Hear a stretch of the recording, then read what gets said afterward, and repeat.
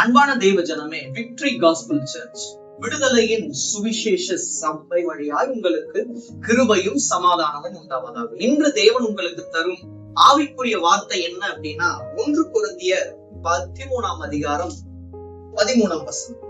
இப்பொழுது விசுவாசம், நம்பிக்கை, அன்பு இம்மூன்றும் நிலைத்திருக்கிறது, இவைகளில் அன்பே பெரியது. 3 விஷயங்கள் இந்த காலகட்டத்துல நிலைத்திருக்கிறது.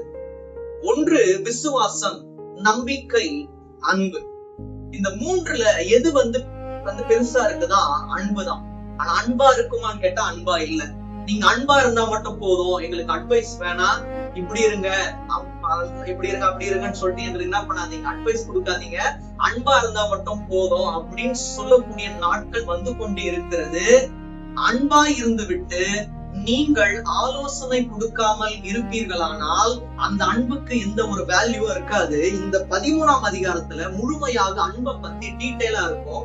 நம்ம அனைத்து காரியங்களையும் நமக்கு வந்து படிக்க நேரம் இல்லை. ஒரு சில காரியங்களை மட்டும் நான் வந்து உங்களுக்கு வாசிச்சுட்டு நான் வந்து முடிக்கிறேன். இதுல பாருங்க, இந்த 1ஆம் வசனத்துல இருந்து, நான் மனுஷர் பாஷைகளையும் தூதர் பாஷைகளையும் பேசினாலும் அன்பு எனக்கு இராவிட்டால் சத்தமிடுகிற வெண்கலத்தை போலவும் ஓசையிடுகிற கைத்தாளத்தை போலவும் இருப்பேன்.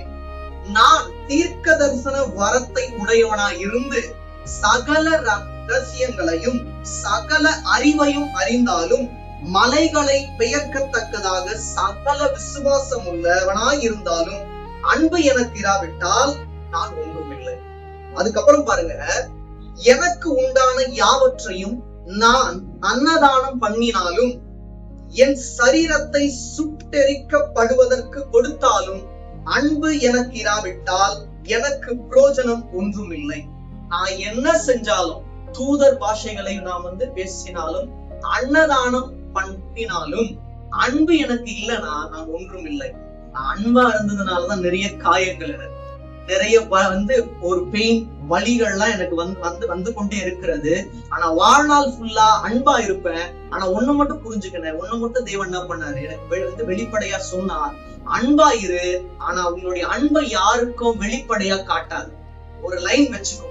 ஆனா தேவன் சொன்ன மாதிரி நான் வாழ்ந்து கொண்டே இருப்பேன். ஆனால் தேவன் என்ன பண்ணுவாரு, அந்த அன்பை எனக்கு முழுமையாய் கொடுப்பார். யார் மேல நான் அன்பா இருக்கணும், அவங்களுக்காக செய்யக்கூடிய ஒரே ஒரு காரியம் இருக்கிறது. வாழ்நாள் முழுவதும் உள்ளத்தின் ஆழத்திலிருந்து ஜெபம் செய்து அவர்களுக்காக விண்ணப்பம் செய்வதே.